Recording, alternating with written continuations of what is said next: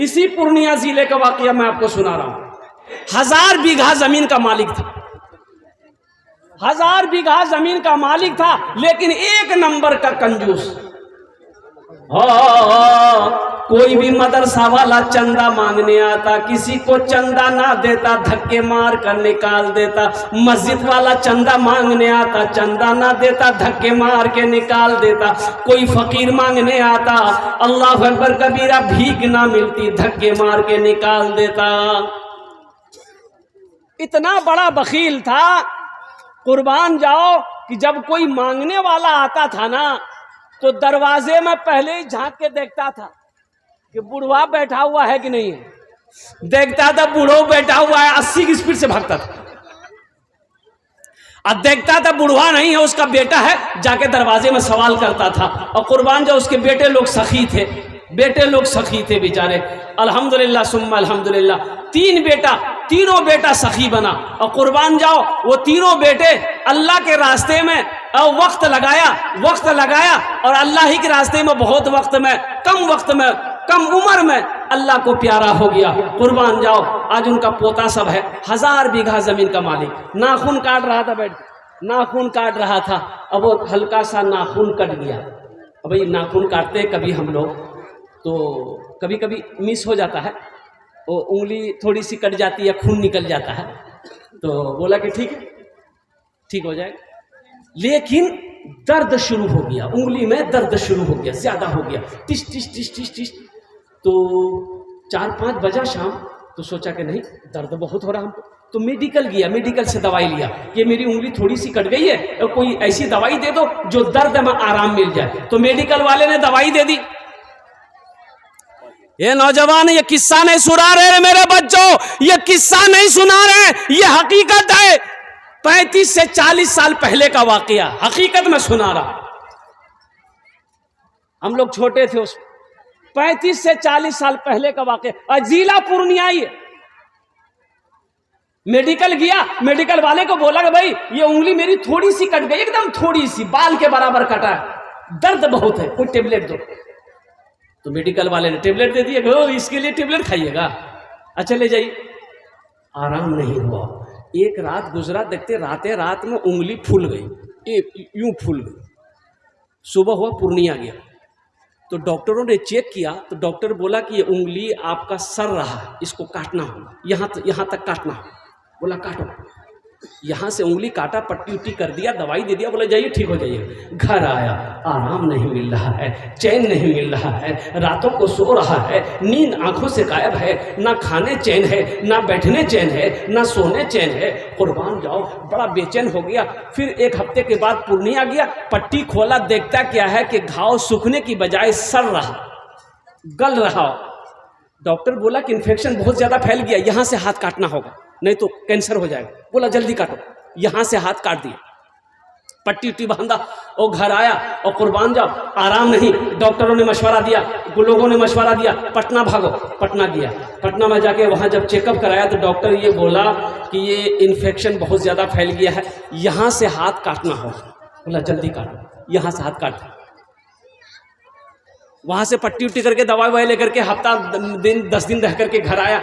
कुर्बान जाओ, आराम नहीं मिल रहा है, चैन नहीं है, सुकून नहीं है। ऐसा लग रहा है कि बदन के अंदर में कोई कैंची चला रहा है, ऐसा लग रहा है कि बदन के अंदर में कोई सुई चुभ रहा है।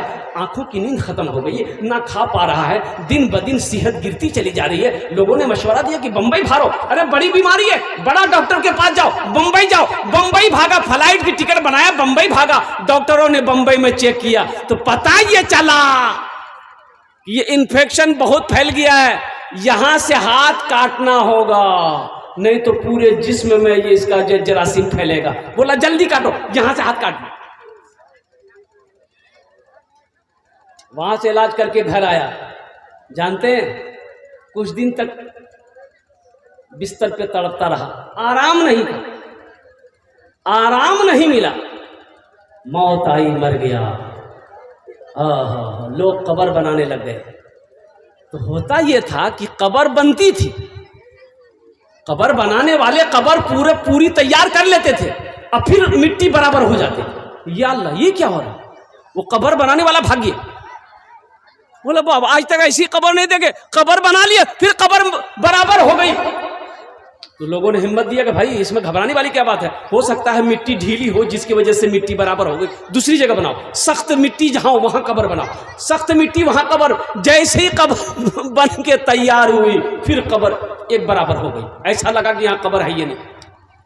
3 जगह कब्र बनाई गई, कब्र तैयार नहीं हुई। तो एक आलिम से पूछा गया कि शेख ये मसला है। तो उस आलिम ने कहा कि सुनो, ये गड्ढा खोदो, इसको दफन कर दो, पूरे हिंदुस्तान में इसकी कब्र कहीं भी बनाओगे ना कब्र नहीं बनेगी, इसलिए कि जमीन भी नहीं चाहती कि इसका जिस्म मेरे अंदर आए।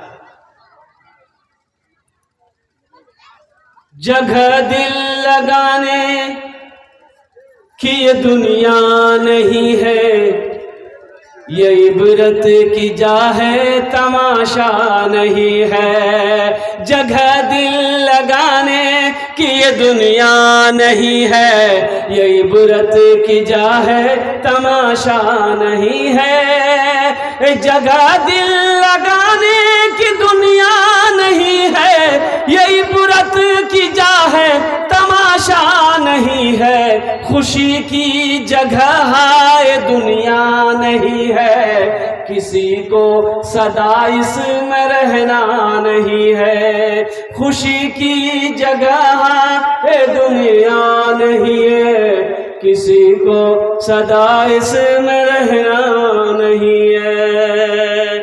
तो नौजवानों जानते हो, देखने वालों ने देखा तो पता ये चला कि ये गड्ढा खोद के उसको डाल दिया, मिट्टी बराबर कर दिया। देखने वालों ने देखा कि आहा उसकी कब्र से धुआं निकल रहा है। इसलिए मेरे भाइयों, जिसकी ज़िंदगी अच्छी होगी उसकी मौत अच्छी होगी, जिसकी ज़िंदगी बुरी होगी उसकी मौत बुरी होगी। और ज़िंदगी अच्छी गुजारने के लिए अच्छे अमल चाहिए, अच्छी ज़िंदगी गुजारने के लिए अच्छा अमल चाहिए। और तमाम अमलों में सबसे बेहतर अमल जो है वो अमल है नमाज। इंशाल्लाह नमाज की तैयारी करेंगे मेरे भाई। कितने लोग तैयार हैं नमाज इंशाल्लाह नमाज की तैयारी करने के लिए? अल्हम्दुलिल्लाह, वाह भाई वाह। ये देखिए, या अल्लाह मेरे सब भाइयों ने हाथों को उठाया है। या अल्लाह, या अल्लाह, या अल्लाह तू रहीम है रहम फरमा, तू करीम है करम फरमा।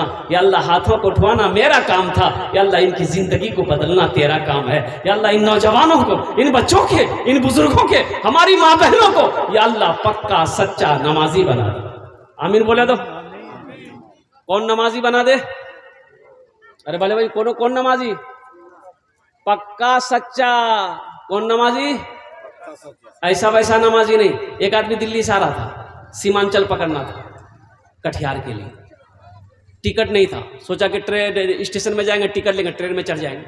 जब दिल्ली रेलवे स्टेशन पहुंचा देखा कि लाइन बहुत लगी है टिकट का, तो सोचा कि अगर टिकट के चक्कर में रहेंगे तो ट्रेन नहीं छूट जाएगी। टिकट नहीं बनाया, बोला कि टीटी आएगा समझ लेंगे। बगैर टिकट का ट्रेन में चढ़ गया। भाई टिकट लिया? अरे बोलिए टिकट लिया? बगैर टिकट का ट्रेन में चढ़ गया, ट्रेन खुल गई। थोड़ी देर के बाद देखा टीटी आ रहा, बोला अच्छा आओ। बैग खोला, चादर निकाला, ट्रेन में बिछाया, नियत कर लिया अल्लाहु अकबर।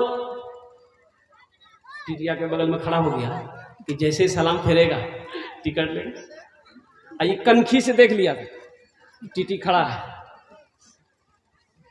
बस सलाम फेरा, फिर नियत बांध लिया अल्लाहु अकबर। टीटी को ये मौका नहीं देता था बोलने का। टीटी भी बड़ा जिद्दी था, पलथी मार के बैठ गया। बोला हमको पता चल गया तुम्हारे पास टिकट नहीं है, इसलिए तुम लंबी नमाज किए हो। हम जब तक टिकट लेंगे नहीं यहाँ से हिलेंगे नहीं। ये भी बिहार का था, दिले दिल सोचा कि तुम कैसे भागोगे, हमको पता ना है। भाई सलाम फेरा, नौजवान खड़ा हुआ, जोर से बोला नियत करता हूं मैं 200 रकात नमाज की, दिल्ली से लेकर पटना तक। अल्लाह अकबर। टीटी भाग गया। बोला तुम नमाज पढ़ते रहो, टिकट नहीं लेंगे। अल्लाह हमारे बच्चों को पक्का सच्चा नमाजी बना दे। तो मेरे भाई आखिरत की तैयारियों में से एक तैयारी भी है, जन्नत में महल कौन कौन बनाओगे? जरा हाथों को उठाओ, मैं दुआ कर दूंगा इंशाल्लाह। जन्नत में महल कौन कौन बनाएंगे? माशाअल्लाह।